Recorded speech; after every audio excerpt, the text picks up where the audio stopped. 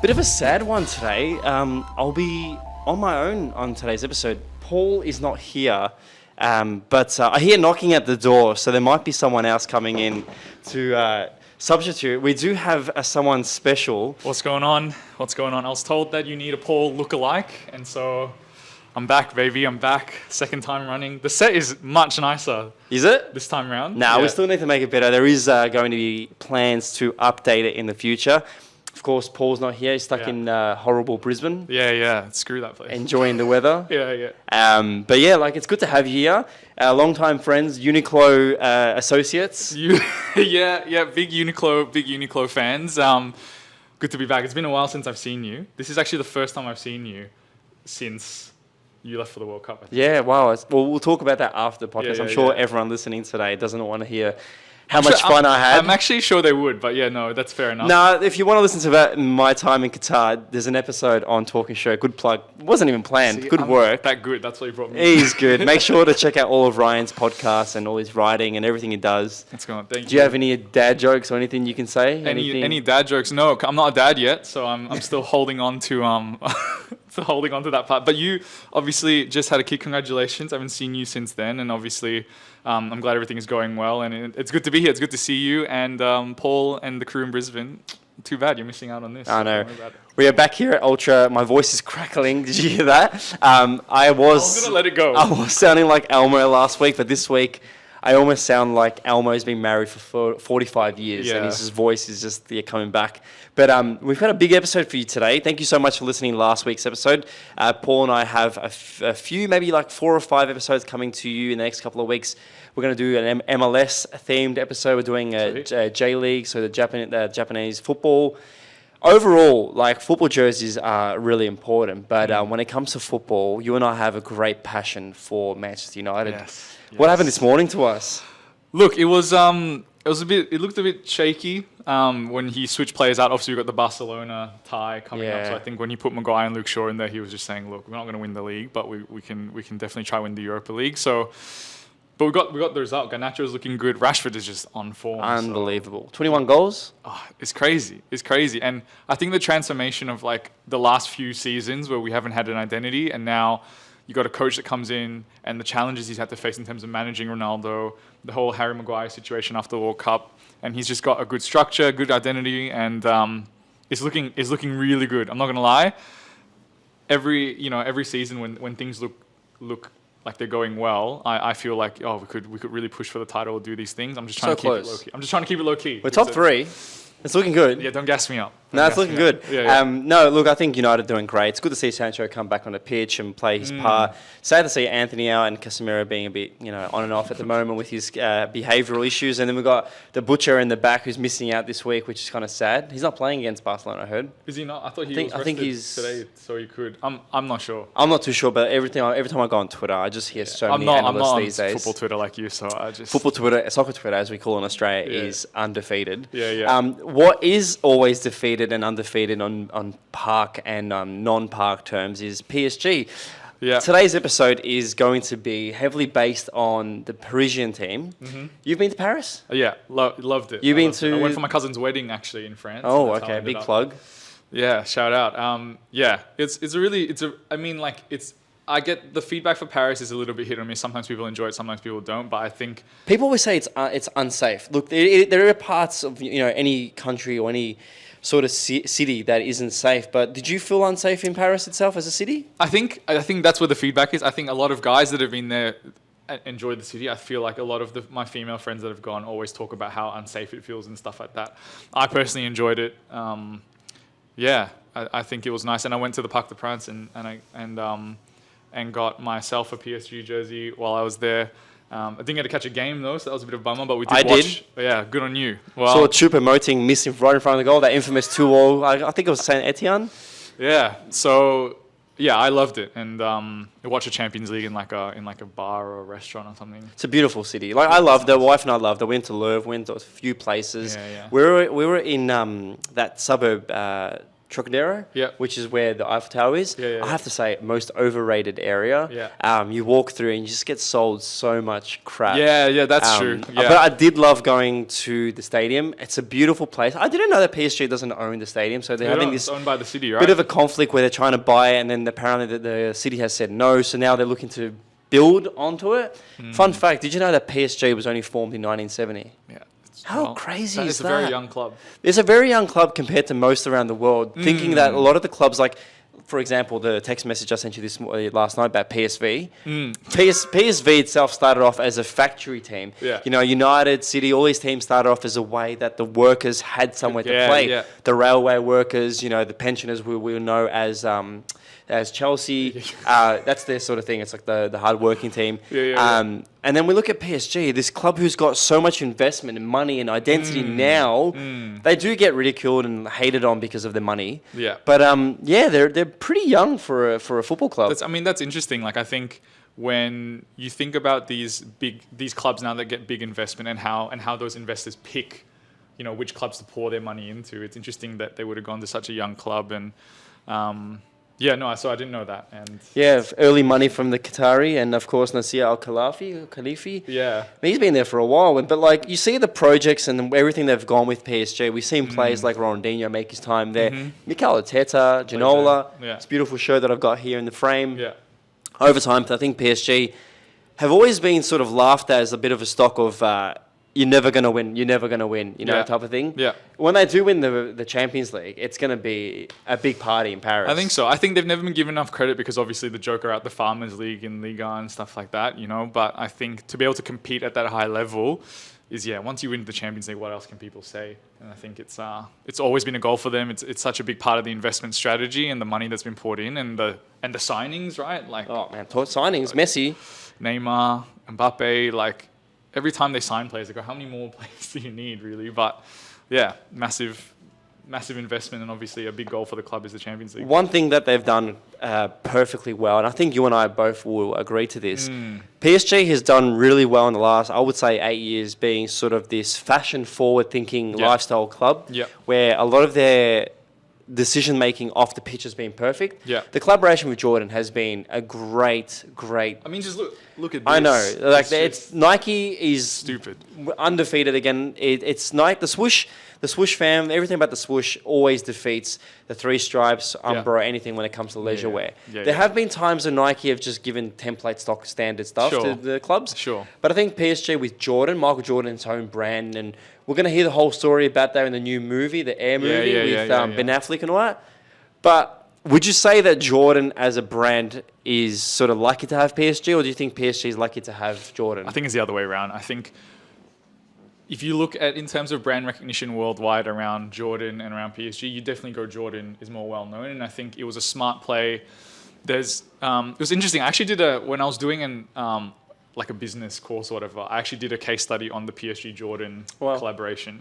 I really got the top dog for today's episode. No, I mean, you got the right guy. But I think it's interesting because part of the strategy around, you know, obviously now knowing the context of being a young club and trying to go above the big clubs that have longevity in terms of their brand, like a Real Madrid, for example, or a Manchester United.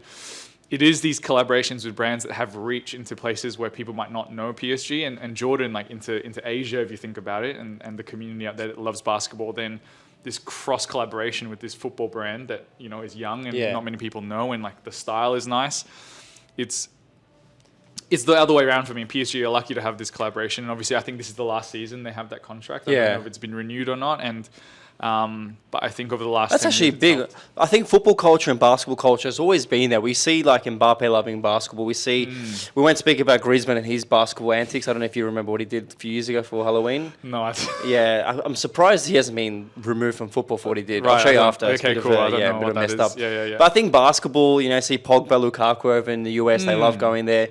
I think basketball and football have always been these two sport codes that are really connected to fashion, because when you look at fashion attire, you see a basketball jersey, Bulls. When you see football attire, you see people wearing Nike. You see them wearing the jerseys. Are usually did the lights just turn off out there? I don't know. It's just got weird. You see a lot of the like these days you see a lot of the retro jersey where Inter Milan, AC Milan. So I think what PSG and Jordan are doing is they're planning for the future where they can wear the jerseys in the future and connect it to the fashion brand. I would say this jersey here, the Ginola 194, 95, is always for me the top Nike jersey when it comes to fashion. Yeah.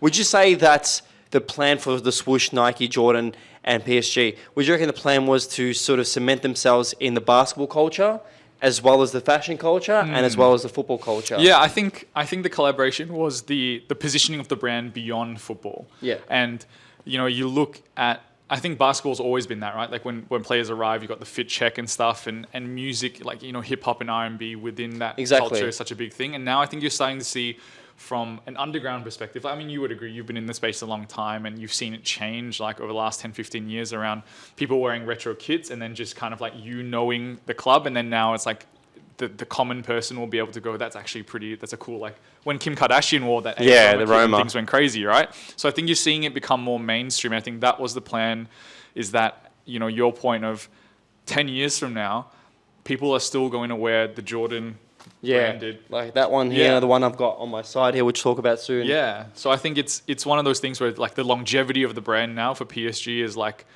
it doesn't matter how they perform on the pitch, because off the pitch they're already so forward thinking in terms of fashion and their brand strategy. Like it's crazy.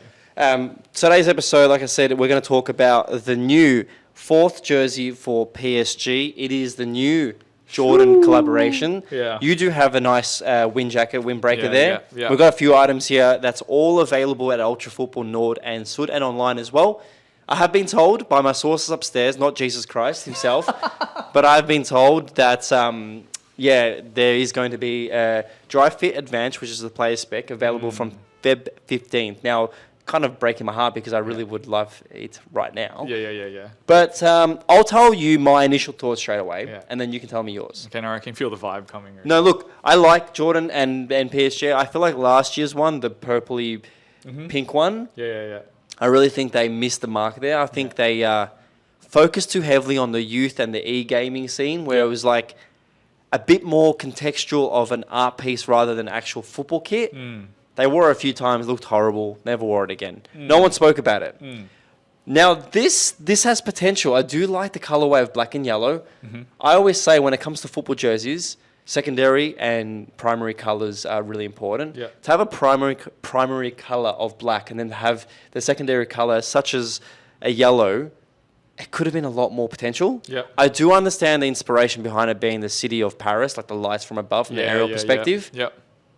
But I think they could have done better. Yeah. It's a great shirt. Yeah. If I had to rate out of 10, I'd give it an 8. I mean, that's pretty. 8 out of 10. It's good. But I just think that the cuffings, the slight detailings, they could have been elevated. What would you have done different then? So the badge. I'll hold it for you, and then you can. Thank you. Tell us. So the badge is just a simple sort of cotton, stitched on, rubberized. Yeah. Both of them. Yeah. Instantly go to that basketball-esque thing. Yeah. What's missing for me is the sort of paneling system that Jordan promised of basketball culture. Yeah. Nothing basketball about this. Yeah. If I'm to roll the sleeves up, there's nothing basketball. Yeah. If I'm to wear this in winter or summer, I can't layer it. Yeah, maybe I can wear a skivvy. I can maybe a long sleeve t-shirt. Yeah.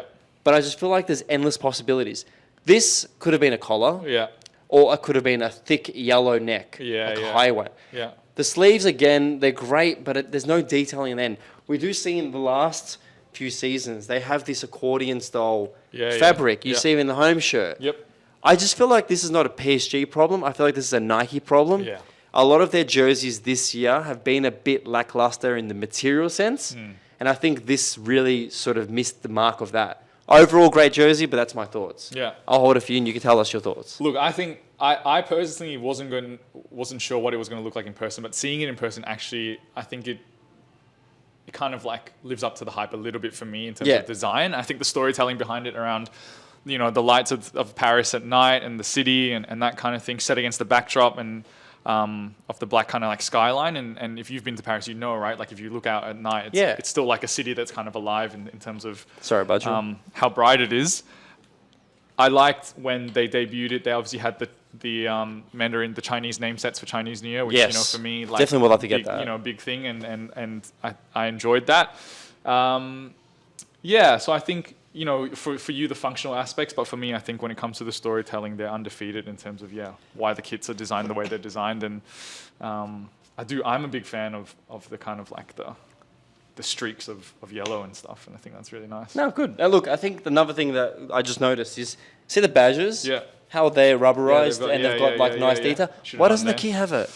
I don't know. I wish I could tell you. Maybe call Nike. This is the thing that I mean. There's like the small details that they always miss out on. But is it also because like if the players have to play in it, is there like a functional aspect to? There is legalities. You know, we see with Venezia when they have to remove their Venezia wording. Or when Ajax had to remove the 3 little birds on the back of the thing. Yeah. So are there rules that we're probably not aware of? Definitely. I think that's just one of those things where it's like, it's so close yet so far. The rubberized Qatar Airways, beautiful. Yeah. But it's just so much. Like out of 10, what would you give it? I think it would be on 8. It would be an 8 for me as well. Like I think 9. When you go to 9 and 10, it's like you're talking about insane kits. I think this is nice. Do you know what will change my mind and go 10 out of 10? Is the player spec. Yeah. If I'm to be able to see that, I love the Inter Milan jersey this year, the home one, in player spec. It is beautiful. It's a great shirt, and I would have to say, like, if it's this template here. Yeah. It's just a great thing. I just realised this is the template that most teams are wearing. It's the Australia one, the one with the blue and the turquoise. It's missing that template. I kind of wish if they had a bit of yellow like that. Yeah, just a block here. Yeah. Across here. It's something so small. Yeah. I'm really keen. I'm really keen. You have an eye for it, I think. I think someone like me who's just like a hype beast and just like, it looks fucking great. It's a functionality of the kit. See like the one behind you, 2017, 2018. See the nice stripping on the side that has the French Parisian wording on the side? Yeah. That's again something. That is a nice touch. Actually. It's something that Nike really like cheaped out on this season. And see this material. This is the Jordan kit. You can hold it. Like we just signed for PSG. Yeah, there we go. It's 25 million signing from Australia. See this? Yeah. That material here for PSG, that was my all-time PSG jersey. Yeah. Basketball culture, yes? Yeah. Would you agree? Yeah, I would agree. It does look like a rashi that goes onto you when you play street ball. Yeah. You can cut these black sleeves off here, and you've got this like white sort of semi-singlet. Okay, I see what you're going. It's basketball culture. Yeah. That's Jordan for you. Yeah. It's got the gold in there. It's got the nice maroon, color and the white. But I feel like this is what it's missing. It's like, it's a great shirt. It's inspired by PSG, Paris, everything. But there's no basketball culture to it. So to me, it's almost like, did Jordan just give So it feels a bit lazy too. I feel like it's a great idea, but it's almost like you just forgot the sauce. It's like making pasta and forgetting the salt in the water. Yeah. You get me? I get you. It's a good analogy. Look, we can talk for hours and hours. But one thing I do have to say, and it is all available at Ultra Football, is this. Oh my God! It's this merch, and this is just amazing. Like everything about PSG, they just never miss. They don't miss. Like this to me is what the collaboration is. And wherever Jordan goes on next for their collaboration, whatever club, do you reckon they're going to go somewhere else? So I was thinking about this on the drive-in. What would you do if you were Jordan brand? Because if I'm PSG, I'm pushing to keep it. Because I think what it's done for their brand and for football culture and merging it with other popular culture, I think is, there's nothing quite like it. But if you were Jordan and you saw the success of like the lifestyle range that you've produced along with the kits, would you go to now and go, cool, this is a good case study with a young club, and then go, now let's leverage a club with a more notable brand? I would say Inter Milan. Are you saying that because you're an Inter Milan fan? No, but I feel like the youth of Milan and Italy at the moment, with the migrants they've got at the moment, like a lot of you see, the young Africans or anyone from surrounding countries going to Italy. You're seeing this culture that's getting missed, and if they're going to fall into that football thing, Inter Milan being Nike for so long, it's how you save it. There are rumours they're moving on, maybe to Adidas or something. Yeah. But Inter, if they're to save their relationship, Jordan would be a great thing. Then you have this collaboration with an Italian basketball, which we think of Paris. They haven't really done. French haven't done much in the basketball scene. But if we were to see Italian influence in basketball, in the football culture and off the court, in NBA, that's just an ultimatum for them. Yeah. Otherwise, you'd have to go to the UK and collaborate with Chelsea, who's the other Nike team, and they have players like Pulisic and this whole vast variety of basketball influence. Yeah. Well, I mean, you look at like LeBron at Liverpool as well. Yeah, you think about that collaboration. Jordan could go there. LeBron's got his mark there now, so you can't really go there. I think what would be the interesting thing is like maybe they translate it to a global strategy. So every continent, they have a Jordan club in. Yeah, well, that's going to be potential the fourth kit for all Nike teams. Yeah, so I think that would be cool, and you could tap into. I think the thing is, it's like if you really want to tap into culture, right? You can go the macro strategy of like big brands, or then you can really tap into culture, smaller, like localized clubs that like represent the culture within a specific country. And for some of the European clubs, it would be like an Inter Milan, or like a Liverpool or a Chelsea in England. But then you look abroad and you think about, are there clubs in Asia, are there clubs even in Australia, like that you can just tap into that, and then do those localized kind of brands and that's a good mark. It's a good point. Like you see Venezia and how they're selling and how their success off the pitch. 100%. But on the pitch they're pretty shit. But Venezia, they've done an amazing job in the fact of like even what Venezia has done off the pitch, they've inspired other teams to do what they're doing. Do the same. You know, they inspired teams like the one in Athens. Yeah, exactly. But that's Kappa. Kappa's just they're smart when it comes to the designing. Yeah. But we're gonna see that a lot. I think now we're sort of getting to that. It's classified in quotation marks blow core. It's like wearing the clothing. Yeah, I've read articles about that. We're gonna do a whole episode about that. Yeah. But I would say like Jordan, they're doing great. I just really wish they focused more on bringing the basketball NBA flavor to the game. They did that with the shorts when they had the Bulls inspiration. And they had a few PSG basketball kits. Yes, the home shirts. Yeah. Let's move on. So that's the show. So we've gone 20 minutes. We're probably over our time. I reckon we'll give ourselves another 5 more minutes to discuss. Okay, cool. I'm dying here. I'm sorry, guys. No, that's all right. We have a lot to talk about, but we're going to have 5 minutes to talk about it. Yeah. So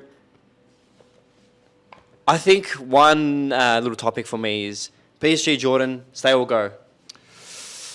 I think they should just like quick, like go. Bam, they go. I think they go somewhere else. I think they'll be really same. I think PSG Jordan needs to go elsewhere. Yep. Nike did this thing with PSG where they removed the Hector design, and of course you did research. Yeah, you know the whole thing about Hector. Let's go. Do you think that this is the big problem of a club like PSG when they have like such a small historical presence that their identity is so notified with the Hector design? For those playing at home, it's the red strip or the strip in the middle. Yeah. Do you think that removing that is such a negative thing? And do you think pushing boundaries of the Jordan brand is the way they go to inspire their fan base? I think when you're a brand trying to reach more people, you have to balance, right, like what is a global kind of trend and what's going to work globally, but then also not forgetting that like your core fans and your core group of people that follow the club are from that city. And the Hector design, obviously inspired by Daniel Hector, who was like a designer, but then also the president of the football club. It comes from its roots. Classic French. Yeah, I mean, you look and the design is like iconic, and so I think Nike, if they're going to keep going forward, have to like similar to what's going on here, right? It's making sure that that's always part of the range, because I think that speaks to the local fan base. But again, what we're saying is the development of a global fan base then comes with collaborations like this that are a little bit more kind of trendy and accessible. Exactly. And I think that's what was a good segue for me is they tried to make the Hector design with this strip, the spray paint influenced by the modern thing. I just feel like it's so cheap. Yeah, I think that because the Hector design is, if the story goes right, it's Daniel Hector was inspired by like the Ford Mustang and the strip that you see on the Mustang, and the whole story around that is then he looked at Ajax and their kit and he went, we can do the French flag colors as part of the Hector design. Smart. And I think it's not integrally a Hector design anymore when the colors aren't there, because the colors are such a big part of that whole story. And so when you do something like this, it seems a little bit lazy, because it's just like, you could be doing. Look at it. You can see the pixelations on it. Yeah. So I think there's a lot that you miss when you start pulling away and trying to test something that's so iconically French. Yeah. Which is sometimes it's just a miss. My favorite shirt is a 2006 shirt that right there. I've put on the screen. It's the maroon with the nice little detailing. I'm a big fan of that. I would have loved, if this is the last time we're seeing a PSG jersey with Jordan, I would have loved to sing that. They did do it last year with the pink and black. A training shirt. Yeah. That is an all-time shirt. To have seen someone like Messi, Neymar, and Mbappe in one season together. And it would have been cool, like it's a bit Louis Vuitton-esque. Like it's like got those little like detailings that remind you of like a luxury brand. And it would have been cool to see Jordan jump on that, and it could really elevate it in terms of off-the-field fashion and also on-field style. So my kit, I think, is the 01-02, right, when Ronaldinho first came to Paris. And the you Thompson? Got the red, and then the red strip that's the along Thompson the left. shirt right there. Ronaldinho. I think we take him for granted and what he did in Paris and the way he elevated himself to get that move to Barcelona. Yeah. And so for me, when that first kit that he He's pulled an on- all-time, that guy. Yeah, 100%. Off the 100%. park, maybe not.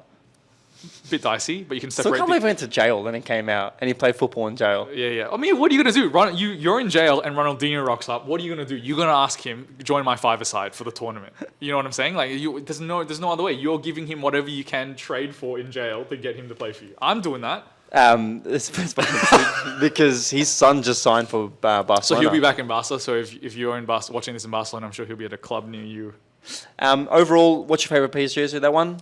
Yeah, nothing else? Yeah, the 0102, and I feel some of the Jordan ones. There was one, right, that was like they did a luxury brand collaboration with Balmain. That's just like straight up just the white with Balmain sponsorship on You've it. actually got one under that jacket. You've got Well, one. I mean, That's my favorite one they did. So this one, straight from Paris, baby. You know what I mean? Yeah. So, but this one's nice. I like the blackout with just the white. That wasn't a Jordan, was it? This wasn't a Jordan. No, this wasn't. But see, that I think that was the season they just joined. Yeah. So I think this one I like the blackout with the detailing, and on the back, like at the bottom, it's got Issy Seperi. So you know, like I think so those key things. So yeah, one or either of those two, I think for me. Well, that's it for us today. It is. There's so much to talk about. PSG, will they win the Champions League? Nah, doubt it. Not in our lifetime. Nah, doubt it. Messi, Neymar, all that gone. They If have you can't one win it with chance. Messi, Neymar, and Mbappe, I don't know. It's gonna take a while. Yeah, to get there. disappointing. Yeah. I badly need the cough. I've been holding this Yeah, that's all weird. good. I don't know why every time I talk it just happens. Wrap But it up. you say your bye and then I'll say my bye. Yeah, look, thank you for having me. That's all back right. again. I've enjoyed it. Obviously a big fan of the PSG Jordan collaboration. Make sure you, show the guys some love. They're doing good work and keep it up. I hope. Us or PSG? No, you, PSG. I wouldn't worry about PSG. I think they're doing all right. I know. I'm trying to hold this cough in, but as always, make sure to follow us on our socials, Between Two Shirts on Instagram, find us on Ultra FM on YouTube, and make sure to subscribe to us and follow us on Spotify. I'm holding this cough in. I'm sorry to everyone listening to this in the car. Yeah, rough. As I said, all these kits and merch are available at Ultra Football, Bro, I need this. Sud, and online. So make sure to come into and say hello to our staff members. And as I said, Feb 15th is when the player spec is available. Stay safe, stay away from stupid people, and we'll see you in the next episode. Thank you and goodbye.